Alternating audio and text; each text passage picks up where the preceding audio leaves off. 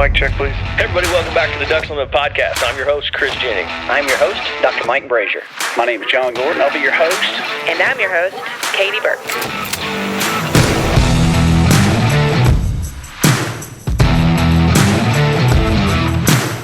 Welcome to the Ducks Unlimited podcast, the only podcast about all things waterfowl. From hunting insights to science-based discussions about ducks, geese, and issues affecting waterfowl and wetlands conservation in North America. The DU Podcast, sponsored by Purina Pro Plan, the official performance dog food of Ducks Unlimited. Purina Pro Plan, always advancing.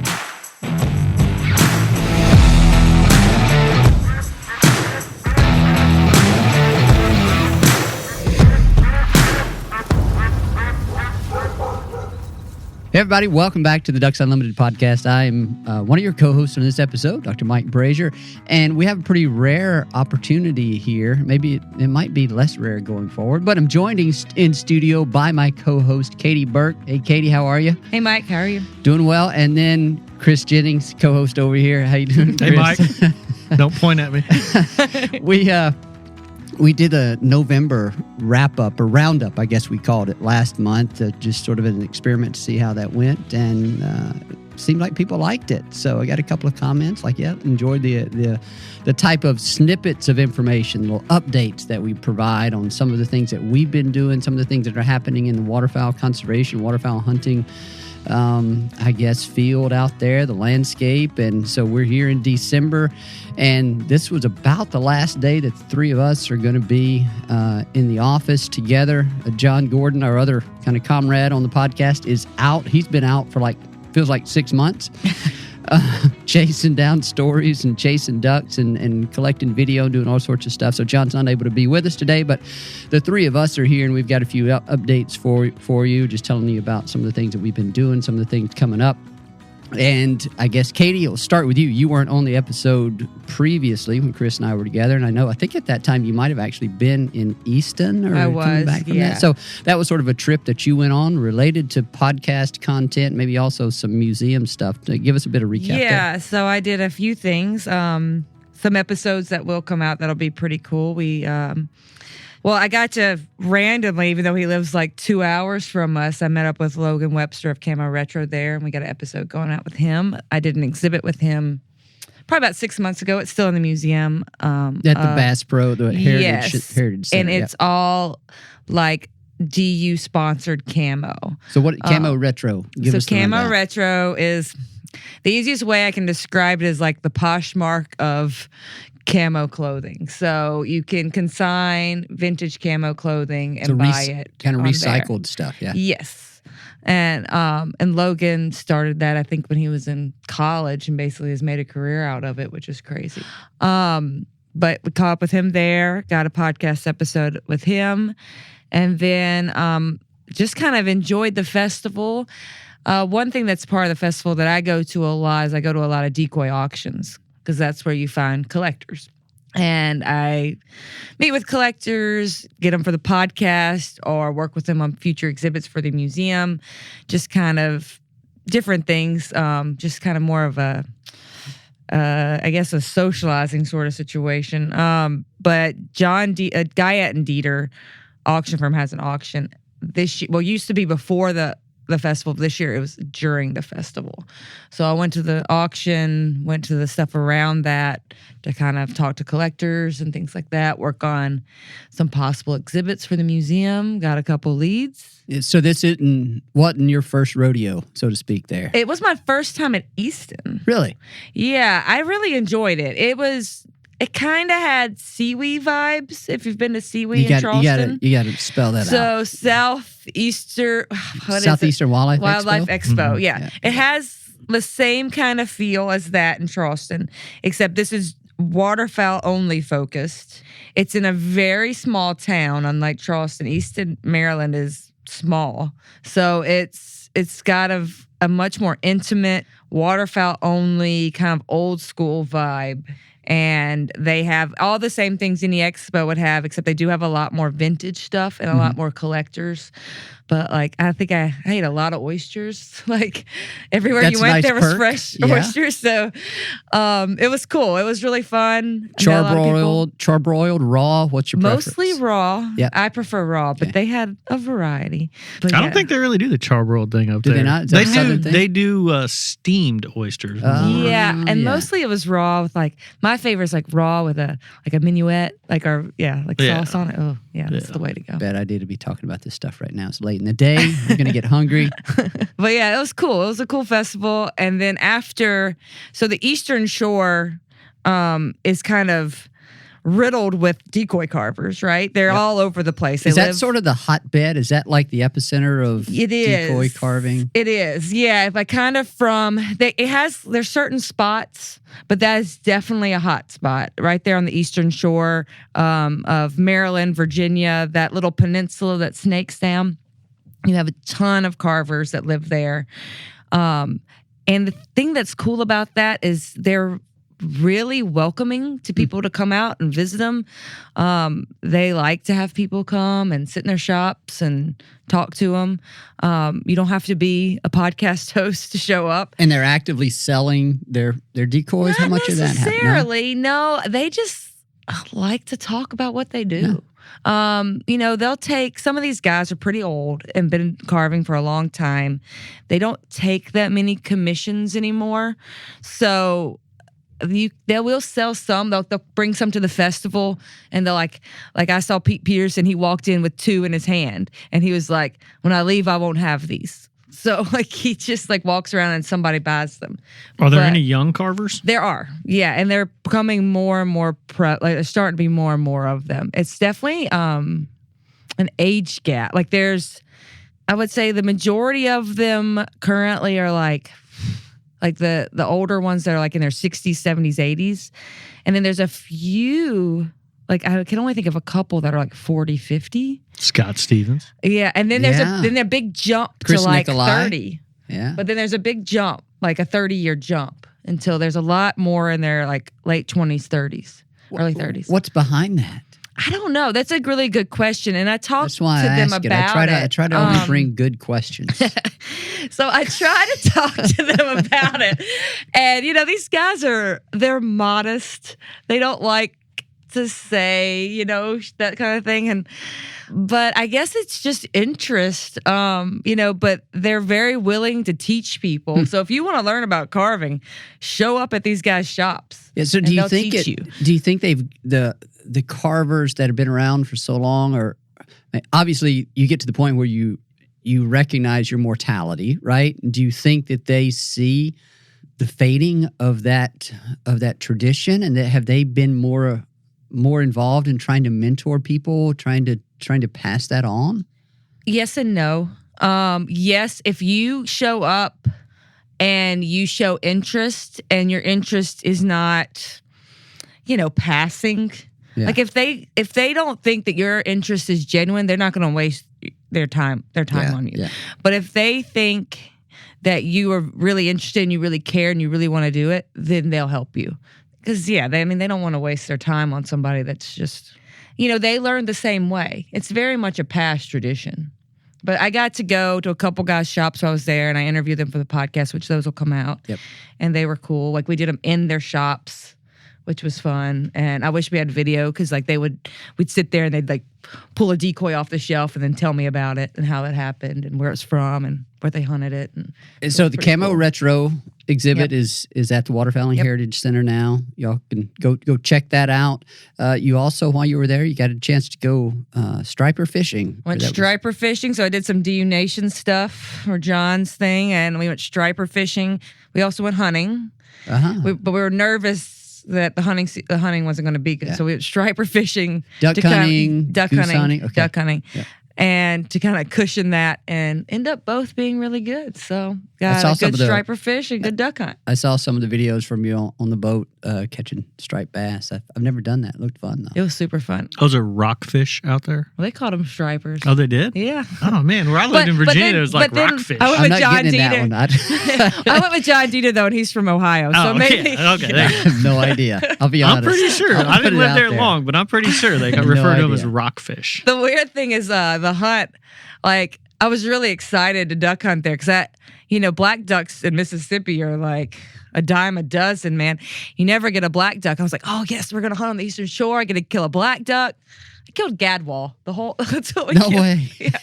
It was a record number of gadwall for that club. It's been a long time since I've killed a black duck in Mississippi. I used to. They used to be way more common. But so goes the story about kind of changing distributions of waterfowl harvest. That's certainly an example of a species where we've seen some changes there. What do you have coming up next, Katie? Anything? Yeah, we got an exhibit change. So Doug Lodermeyer's Minnesota collection is headed. Well, actually, I took it out Monday. We're doing something we're still a call collection going in, but for like the last 5 years, I've done like a state and a focus, and then this one is more of a general, so we'll have a little bit of everything. Do you need my call collection again? Is that a collection? The space filler Is what I that, like is to that a refer to collection? it. I mean, how many calls do you have? It's been on a display at a museum. That's all I'm Hey, gonna actually, say. it has a Wait. pedigree. Your office is a museum? No, it was at the museum. It was. I had Was to it have really? a filler collection, but no, this one's coming in on Friday, so you can okay. actually see it as soon as this weekend. How many of those calls have you personally bought? That's a good question. How many calls are we talking about? There's got to be There's probably 150? Oh, I bet there's 300. 300 Yeah, 'cause calls. I didn't even How take many all have of you them. Yeah, bought? I've probably bought 50, Okay. but I don't buy them like a lot of my collection is like old calls that I used to use. Yeah. I don't really buy them to collect them. I guess I either get them from someone, like someone will come in my Right. The ones in your office, the 300 in your office, or how many there are. Yeah. You don't do that because you collect them, right? Yeah. You just. No, I mean, and that's what, come into someone will show up and be like, hey, here's a Michigan call, and here's one from Minnesota. And I'm like, oh, cool. And so I just put it on the shelf. Well, I have done that for 15 years now. Yeah. And so people know, like guys in the mailroom will come in and be like, hey, we found this call in the warehouse here, add it to your collection. So And am I the only one that comes in there and pilfers through your calls and says, which one of these can I have? Yes. Really? Yeah. And some companies send them, for magazine review. And so I have some, calls that I've gotten that way. I've got some R&T calls that way, and some other You different. got your zinc calls that way too, Yep, didn't you? zinc calls. I've got a bunch of powers calls right now. I like those, but. Yeah, I mean, that's just, I would just always joke whenever she's talking about the museum. I'm like, oh, yeah, you need my call collection. I got flack for that. All these You decoy did? collectors were like, what was that shitty collection in the What? museum? I should just go in there and just rip all their decoys. I didn't rip any of their crappy stuff. God. For the record, I haven't taken any of the calls from Chris's office / Don't backpedal museum. now. I haven't. We got a video camera on. I there have right now. looked at them. I have looked, and I have picked up several, and I was about to, and you would have let me. Yeah, I'd have I given would you not. I anyone would up not there. swipe Didn't- one without it knowing. It's not one of those collections where it's something that's like, priceless. No, it's modern. Collection. It's very modern. But Very modern. I'm kind of surprised. You've purchased 50 duck calls in your life. Oh, yeah. I have not. I probably purchased more than that. I'm at the 20-25 mark, probably.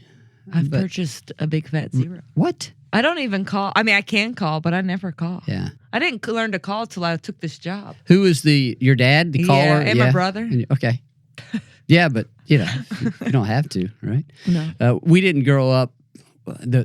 Growing up, the person that called in our little hunting party was a friend of my dad's. Dwight Clark was his name, and he was the one that called. My dad didn't call. My brother started learning how to call, but then he kind of got out of duck hunting, and it wasn't until, I guess, my late teen years when I started calling. Still not very good. I Wood can tell ducks. you if you're bad. Wood ducks. Wood ducks. Call wood ducks. I did have a wood duck call. All right. Yeah. You're good. So you're calling ducks. Okay. Yeah, that's about it for me. All right. And any big plans for Christmas? Sticking around locally? No, you're going to. No, we stay here. Do you? Okay. Well, duck hunt, hopefully, if there's ducks. That was one. Yeah. Okay. We'll come back to that in a second. There was something as we get close to duck season I wanted to talk to you about. Chris, what have you been doing? Nothing. Nothing. Just hanging out. No, excited about the pintail species That is profile right. We did episode follow that through. you and We I made did. that happen. That'll be good. Dr. Scott, do we say? I guess we Yeah, can now. might Dr. as Scott well. Stevens. Spoiler alert. Yeah, I mean, that'll be a good podcast. I enjoyed That was a long conversation. I think close to an hour 40. I think it was a long one, but it was very detailed, very and we even left out some stuff. Yeah. You guys were both like, we should do this again for this. I'm like, man, that was really long. Yeah, but it was all good information. Really just kind of hitting on the migration alert. We're getting ready to finalize the Jan-Feb issue of the magazine, so that goes out next week. And from there, we're really ramped up. We're at like kind of the peak of the migration alert season where we did California, we did Washington last week. Out west seems to be going pretty good, Pacific Flyway. Got some water when they needed it. Got too much water in some areas, sounds like. Kind of going west to east, did a bunch of Central Flyway, Nebraska. South Dakota did a migration update, a podcast with Pullman last week. That is a, nonstop conversation. Especially in Mississippi where Katie hunts. About where are the mallards. Yeah. We've touched on that several times. It's an interesting conversation. Did you figure it out? There's still a lot of mallards up north, and that's coming, straight from people in Canada and North Dakota warmed up after they got that first shot. It's crazy. And I see some of the reports on the migration map nowadays and get to see some of that more than I used to. And Alberta, Saskatchewan, folks talking, and Idaho still talking about mallards showing up. What in the world? Hopefully that all comes to the end right before Christmas. I hope so. That's everyone's kind of keeping their fingers crossed. It is a El Nino year. It's what we were kind of expecting, warmer than normal up in some of those northern latitude regions. We're waiting on the moisture, the higher than average moisture down here in the southern portion of the flyway. That's a typical pattern. Doesn't always happen, but typical. We need some. Yeah, still needs a lot, especially Mississippi, Louisiana. They've remained really dry. Arkansas got some, but needs more. Yep. Should get some this coming weekend. But even in the Eastern Shore, that was kind of the topic out there. The migration alert we did there last week talked about is dry. And they've gotten some water. It's been a little better, but the hunting has not been bad out there for a lot of people. A lot of positive reports, and really even further south in the North Carolina, they'll reopen, I think, don't quote me on this, here this coming weekend, but they need some water too. I think, overall, reports coming out, especially with like Canada goose hunting in the Midwest, upper Midwest has been fantastic. That's really all reports that we're hearing. Okay. Michigan, Wisconsin, it's been really good. Any reports on, and I don't know, any idea on like productivity from Canada geese this year? Do you get in that kind of conversation when you're hearing those reports? No, not with these. These are really kind of focused on hunting and habitat in the fall. Yeah. It's really fall migration and wintering focused. But, talking to Jay Anglin, who does our, habitat and hunting podcast for the Great Lakes, he's up there in northern Indiana. He's been doing really well. They've been getting, several good reports. Everything seems to be just like 2 weeks later than it was last year. 2 weeks to 10 days. That seems to be about the time frame. But, Jay's talking about the hunting really good up there in northern Indiana, Michigan, where he goes. But it kind of slowed down on the duck side. But the Canada goose and even specks up there in northern Indiana have been pretty good. So, yep. I was out in Mississippi I guess it was last weekend, which had been early December, and heard specks flying over, heard snow geese flying over. I think I texted you all day, and then it got back to Tennessee and heard snow geese flying over the house again. Big north wind. Was it north wind that day? Probably. I think we were just on the tail end of it. Yeah. What are you hearing out west? California, the reports that I was seeing and hearing, November is always slow, typically. Always slow. Even in the alert, Peter Otteson, who writes what do they call it, Slowvember? Like Matt Kaminsky says he just referred to it as a November slump. Yeah, I think I saw that, but I think Matt Kaminsky has called it Slowvember.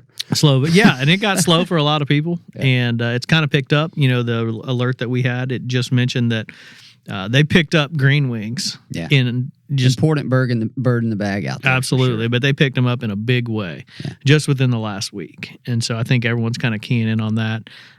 7 green wings in the bag. That's not a bad shoot. No. I'd take that all day long. So, but also, numbers, really, really strong goose numbers. You got snows and specks out there. Pretty awesome. You can shoot 30 total birds, 20 white geese, and 10 darks. So, again, don't quote me on these regulations, but I'm sure there's some variation of that. But that probably keeps hunters fairly busy. Yeah, that is something that I find myself backpedaling on a lot whenever I start to make a comment about season opening dates or regulations or whatever, and then not knowing when a person's listening or where they're listening from. It's like, no, you got to go double check. No, the only one I know for sure is Mississippi. And yeah, for sure. Yeah, I got Arkansas. That's that Pacific Northwest, when we're recording this, they're like in the middle of some big atmospheric river. I've been watching the Weather Channel, like tons of rain coming to parts of that part of the country. It'd be interesting to see how that influences the distribution of ducks out there. I really don't have a good read on that. Yeah, we'll have a couple more Pacific Flyway, especially Pacific Northwest alerts coming up in the next few weeks. That's a really popular area for hunters, so we key in on that and do multiple. There's some areas where we only do probably one throughout the season, where that area we do multiple. I have a dedicated freelancer just for the Pacific Northwest. So. Cool. Like dedicated and really gets the job done, or that's the only thing he does? A little bit of both. Okay, all right. We appreciate all the work you bring to us.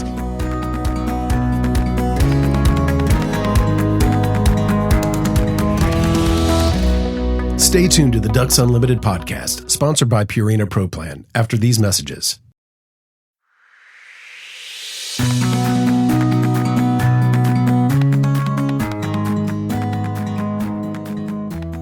Typically, by this time of year, you've gone on a trip, let's say up to the north or something, at some product review or product testing or something for a feature in the magazine. Have you done anything like that this year? No, we had a Canada trip canceled in September, or actually it would have been like first week of October. I did do a magazine hunt with Stoger in Kent. Where was that? That was in Arkansas. That was it was an early spec hunt, and that was good times, pretty good shoot. Birds weren't super cooperative, but we managed to bag quite a few. They just weren't setting up right, but yeah. And so when did those type of features come out? Would that be out like next fall? It'll be next fall. Really yeah. Okay. I mean, we'll do some social stuff. We've still got some of that in the bag that we'll do some social media stuff, just kind of some breakdowns of some of the equipment. In general, the editorial like that, it's tough to do a hunt, get it. I mean, I think we hunted like the last day of the spec season. So, the turnaround time on that is a lot longer than what most people think. So what did you see in terms of specs, in terms of, and I don't know what kind of read you have on this, but in terms of juvenile to adult kind of index, we probably shot a majority juvenile on that hunt. Now, other guys I've talked to have shot, quite a few adults, especially once the season opened, the regular duck season opened. Guys are shooting a few more adults, but overall, I mean, it's probably a mix, I would say. But it's tough to get a read on that after 2 or 3 hunts. It is, and I haven't seen any data from up in Canada this year. Typically by this time we get some of that. We get some data from there. They do some surveys on some staging areas up there, don't they? Well, what I know is that most recently, the past few years, they've been doing some like roadside surveys in Manitoba, Saskatchewan. I'm not sure if they get over into Alberta, scanning flocks of geese and recording the number of adults to juveniles, and that gives them number of juveniles to adults, gives them an index of production. I haven't seen those data yet. I don't know who's, I guess Frank Baldwin would probably be with CWS, would probably be the one working on that this year, but maybe I can get in touch with him. But I guess the reason I asked that and kind of go there is that I've heard a number of people talking about, I mean, their impression is that there's a larger than normal, if you consider normal being the past few years, juveniles in the flocks that they've been seeing, which would indicate good production this year. We know that spring in some of those central Arctic areas was early. It was really wet too. It was early and wet. It was my understanding, and I could be wrong on this, is it was so early, and by early I mean it warmed up quickly. It prevented some of the researchers from getting into some of their field sites, some of those long-term snow goose colony sites. So they couldn't get there on the ground this year. And then the other part of that equation that you need is for those birds to be able to fledge before any kind of severe, harsh winter and like inclement weather comes in and kills the goslings. But maybe this was a year where things lined up. And you know, we knew the potential was there. Like for the past 6 or 7 years, we've been talking about very low production indices from light geese in the mid-continent. Maybe this is a different year. Yeah, I'll have a better read on that in February once the actual snow goose season starts. And the hunters that I know who are really focused on that, especially in Texas, Louisiana, Arkansas, you know, I'll get that phone call like we killed 400 and it was almost all juvies. You know, like, and then a couple of years ago it was we can't decoy anything, and that gives you a pretty good indication that there's not a whole lot of juvies out there. But yeah, I mean that's that. I think you're right. That's what I'm hearing. Is it seems like they had a pretty good hatch, but again, I don't have any scientific data to back that up. What's on the calendar for the next few weeks for you? You're not going to be around the office very much, I know. I'm not. We're working on a magazine feature for next year, so I'll be out all next week. You can't tell us about that right now, can you? No, I can't. That's stay tuned. Yeah, that's a stay tuned. We'll probably do a podcast episode on it once we release it, but it's a cool gear feature that I think people will get into. You know, the past couple of years we did the duck boat, the ultimate duck boat, then we did the side-by-sides. Yep. And this is going to be another element to that, but just a different type of product. Okay. So we're doing that all next week, and that'll be a good time. All right. What else? I think that's it. Getting ready for Christmas. Probably going to spend some additional time hunting. I mean, Did I get you my Christmas list? Yeah, I got it. Did you? Yeah, passed it along. We got it. All right. So I was going to ask you a couple things. You know, Sure. one of the big things that's now popping up once again, we're hearing about around the office and around on social media, is the avian influenza. yes. We're starting to hear a lot more of that in Arkansas, impacting snow geese, even to the point where you actually went and picked a dead snow goose up off of the highway Today. today. Today. That is right. Do you think that is a potential avian influenza, or do you think that one just got lost and landed on the highway and got hit? I do not think it got hit. There was no evidence of like blunt force trauma, no blood or anything of that nature. If it had been hit by a car going down Walnut Grove Road, you'd think you'd see some indication of that. So I got a text message from Derek Christians with Campus Waterfowl here in headquarters. I guess it was around 11:30. It was just a photo of a dead juvenile snow goose on the side of a major sort of road coming through Memphis, and he's like, just saw this on the way into work or something like that. And so I'm immediately like, well, where is, what did I ask him? I asked him if I assumed that he was still there, but he wasn't. He was back it turned out he had actually taken that photo at 8:30 and he had gotten distracted, and 3 hours later he shared with me. So, Gosh, Derek, Jeez. come on. and so I got in touch with colleagues at Tennessee Wildlife Resources Agency and asked them if there'd be an interest in us going to collect that and test it. You know, the idea being likely HPAI, highly pathogenic avian influenza. And so Jamie Fedderson with TWRA got back in touch with me and says, yeah, if you can go get it, do it. So I called Derek and we headed out, and we had to find a set of latex gloves here at headquarters, which was an adventure in itself. Then we had to go rummaging Gun people. through. You go to the gun people. I didn't think about the gun people. I went to Amateur. I was going to, yeah, that's right. I went looking for our facilities managers, but I couldn't find them. They were probably managing our facilities somewhere, and I couldn't find them. And so then I got in touch with the next person that I thought would know the most about everything here at DU, which is Greg Terrace, our director of all of our Shout print out to service Greg. stuff here. That's right. He does just an incredible resource for us. And sure enough, he hooked me up with some latex gloves after a phone call or two to find out where the extra box was. And then Derek and I go rummaging through different storage closets trying to find this is a longer story than you thought it was going to be. It is. Trying to find trash bags. And so we got a couple of trash Could have bags. just called me out and thrown it in the back of my truck and brought it to you. Well, that wouldn't be as fun. Then I would have gotten this story out of it. So.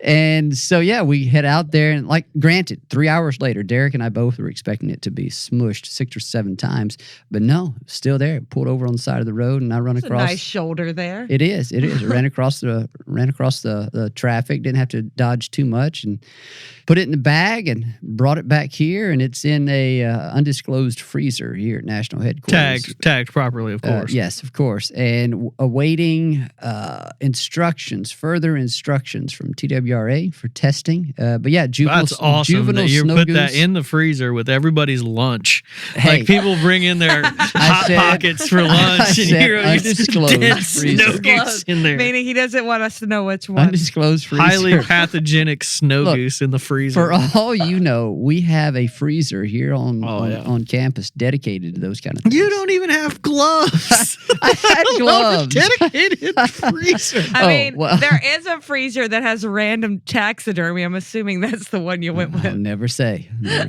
But anyway, it is double bagged. It is, and I had permission from the person that manages that freezer to put it in there. They actually offered it. You put Dan it in this Thiel? freezer. It was Dan Thiel? Nope, it was not. No, it was not Dan Thiel. Couldn't say if it was. We have that. And then like an hour later, I got a call from Nick Smith, our GIS and remote sensing analyst here at headquarters, and to say, hey, I just got a phone call from someone saying there's a dead buffalo head on a lake over at Shelby Farms. He said, I'm going to go over there and see if I can recover it. Do you want to throw it in with the snow goose for testing? I said, sure. Let's, get a full bag. Full So full I bag just of want to ducks. make a disclaimer here. Like, I don't think we want random people in the Shelby County area to start dropping off dead waterfowl. Yeah, that's right. No, true. Thank you.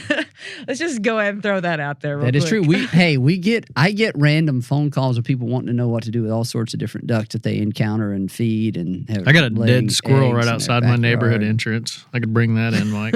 Nope, I don't have any need for that. I do appreciate it though. So that was the latest in terms of my experience with potential HPAI. We have heard some reports of suspected HPAI cases. I was speaking with the state veterinarian from Arkansas earlier this week, and she's starting to hear a few things. And so, yeah, we're kind of expecting that to show up in some of these southern states now that birds are on the move into the area. I talked with Kelly Warren out in Oregon. He's a biologist for us out there. And he said they actually had, I think we talked about this previously, and so that they have seen a slowdown, I guess you'd say, in the number of symptoms, reports of symptomatic or dead birds. And so that's kind of the way we were hoping it would work out, just a little short blip, a brief blip. And so we'll see, but we do need some rain. I think rain will help down here as snow geese are starting to show up all across this southern landscape. And we are in a lot of rain is in the forecast this week. Rain, storms, potential tornadoes, straight line winds. So it's going to be a wild western weekend, sounds like, out there. Let's see. So there's that. A quick update on duckDNA. We've now had close to 4,000 applicants for that program. Appreciate everybody's interest in that. We have made our final selection of participants for this year. So if you go to that website now, duckdna.com, and click on apply now, you'll get a different message. It says, go ahead and enter your name, your email. Thank you for your interest. You will be on a list to receive email notifications next year as we kind of spool things back up and get it going next year. So even though we're no longer selecting participants for this year, we are still taking emails and names and going to get everybody up to speed, first to know on all of the happenings of that program next year. Let's see what else. I got selected. You got selected. That was just absolute random selection. Now I got to find some mallards. That's right. I did kill a mallard earlier. No, it was last weekend in north central Mississippi. And it was no. You said it was a fatty, wasn't it? It was fat. I mean, so I'm in north central Mississippi. Pin race, yeah. I am very curious to see how those data come back. I really am.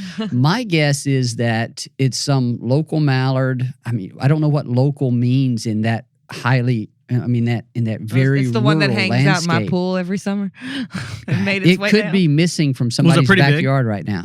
Yeah, but just an it's overall size, but not farmyard big. Yeah. Okay. But it was a regular size mallard. Had a full white ring around the neck. I think Phil has told us if they have an incomplete white ring around their neck, there's a good chance that it's got some game farm genes in it, but it's a complete white ring around the neck.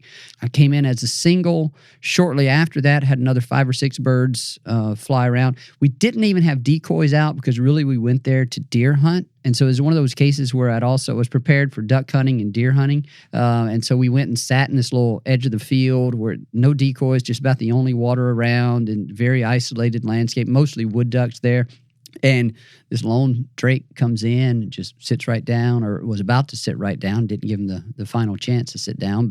And then I brought him home and was plucking him, and one of the fattest ducks that I have ever seen, already depositing fat on the internal organs. And so it's going to be interesting. One possible explanation, because there's no managed, that as far as I'm aware of, there's not. You don't have a golf courses around no there, golf course. There's no one that has. It's a deer feeder. That's what I think is most likely. Yeah. There's no one that has any type of intensively managed wetlands right around there. I think a deer feeder is the most likely explanation. But he was I'll full never of corn. know that. No, it was because it was early. He had not been feeding, which it was kind of weird. So don't know. That was anyway. duckDNA. That bird is the tongue of that bird is going off to duckDNA, and we'll try to remember to report back on what that bird was. So how did you get selected? Manual control. Just flat out manual control. It was like nepotism. I mean, something's wrong if I'm not interested enough to be selected for the own program that I'm been so heavily involved in there. So want to make sure and we did learn some things for people that participate that may be listening to this. I am aware that there are some size limitations on the photos that you can provide. I think it's like a 5 megabyte limit there, and so it took me forever, like repeated attempts to try to get one of the photos down below that 5 megabyte threshold. And so we came back and we talked with some of our IT folks, and we we're going to try to work on some code to compress those photos and make it quicker and easier to get some of that done. So that's the type of thing that we're doing this year, is testing all these different things. I did it out in the field, wanting to want to make it so that it can be done in the blind. If you've got good cell reception, decent cell reception, that you can do it in the blind right there. And so we learned a few things, and we're going to try to implement some changes, and we'll continue to do that as we go forward. So yeah, that was what was going on there. Let's see what else. You did the World Duck Calling Competition. You I didn't attended compete. it. I made it sound like you competed. Thank God. He just admitted earlier he can't call very well. So. Well, you went and watched. I went and watched. The first time I'd ever been over there, Wings Over the Prairie Festival in Stuttgart, Arkansas. It was a pretty cool experience. That was the first time you'd been there? First time I'd ever been there. I haven't done it either. Oh, yeah, I haven't. So it's I haven't been in probably 7 or 8 years. But. So it's starts It's the day opening after Thanksgiving. Yeah, Starts the opening day weekend after in Mississippi. Thanksgiving, and then the World Championship is Saturday. The women's contest was that morning. The senior division then went, and then the World happened. And the winner, congratulations to all the winners. The only winner that I wrote down here, because I was kind of in a rush to get down here, this year's World Championship duck caller was Nick. If I get this right, I am sorry, Nick, but Nick Brickachek. From, how do we say it? We think, what I think it was Schuyler. So congratulations, Nick. The other cool thing about Nick is he is the chair of the Ducks Unlimited chapter for that town. Schuyler, cool. Schuler, what do we say it was? Sorry. I even tried to Google it. It wouldn't pop up. So we tried. We couldn't find a proper pronunciation to be guaranteed there. But congratulations. Thanks for all that you do for Ducks Unlimited. I appreciated the opportunity to be over there. Probably going to try to get back over there next year. And let's see. I got a few things coming up, a few trips coming up, hunts and so forth. And You're going with Winchester. Going with Winchester on a hunt in Louisiana. Then our good friends from Drake Waterfowl are also hosting us for a couple of days. So those are the type of things that didn't really have an opportunity to do before I found myself in this little podcast thing. So you take the good with the bad, right? The bad with the good. There you go. I'm not going to tell you. And like, what's the bad and good? I what's think the bad? I think you know what the bad is. Just more time than I ever imagined doing this kind of podcast stuff. But yeah, appreciate all the work and partnership from those folks, Winchester, Drake Waterfowl. Look forward to connecting with them. And then we got a few other things after the first of the year. Maybe Barstool. We're getting back in touch with Barstool. We will. First of the year. Yep. So we've got that coming out. And I think that's about it. Yeah, we got our little podcast hunt that he's not going to I will not be there. That's right. Maybe we'll do another one of these at my camp without Chris. There you go. We'll replace you with You John. can have John in. Whatever you have a planning meeting and a person's not there, they end up getting the lion's share of the assignments, right? You know that. Yeah. Yeah. No. I'll assume, You okay with that? I'll assume that You okay? anyway. Yeah, I don't even remember what I have that time. I know I'm going on a hunt. I can't remember what day it is. The 16th, the 15th. Yeah, 12th? I'll be on a hunt with Onyx in Arkansas. So Okay. yeah, Very so cool. I'm out that certain time. Well, hopefully we'll get water and ducks before then. Yeah, Katie, you were saying here before we started recording that y'all is so dry. Y'all been pumping for what, like 56 days or 56 something? days. Yeah, 56 days. And we've got 70% of the water we had this time last year. Well, That's dry. it is dry. Real dry. Well, hopefully with this rain coming in this weekend, that will top it off or at least get you close to it. Yep, and there's a lot of improve things. rice out there. Deer just having Given- a good time. Yeah, Given a lot of people that have not yet had much of an opportunity to get in and find some places to hunt, the opportunity to do so. Obviously, you get more water on the landscape. It's going to start to spread some of those birds around. It's going to give folks a lot more places to go. So that's a good thing. And I mean, we've got about just under 2 months left for most of these southern states. So we're kind of just getting started. So Yep. Yeah. it's a good thing. It's a good thing. We're not going to do a Christmas show this year. This is kind of our opportunity to say Merry Christmas, Happy New Year to everybody. Thank y'all for the support. Thank y'all for listening and for telling other people about what we're trying to do here. Bring y'all good information on everything related to, everything that Ducks Unlimited does, everything that we hope our waterfowl hunting community and conservation supporters are interested in. As always, send us messages, send us suggestions to dupodcast@ducks.org. Anything else, Katie, Chris? I think we're good. I think we're good. Merry No. Christmas, Yep. everybody. Enjoy your Christmas holiday. Merry Christmas, Happy Holidays, everybody. We'll see y'all on next, January Roundup after the first of the year. So thanks, y'all. Thanks. All right, we're just going to end it right there. Yeah. It's done. We're over. Bye. Thank y'all. Thank you for listening to the DU Podcast, sponsored by Purina Pro Plan, the official performance dog food of Ducks Unlimited. Purina Pro Plan, always advancing. Be sure to rate, review, and subscribe to the show, and visit ducks.org/DU Podcast. Opinions expressed by guests do not necessarily reflect those of Ducks Unlimited. Until next time, stay tuned to the Ducks.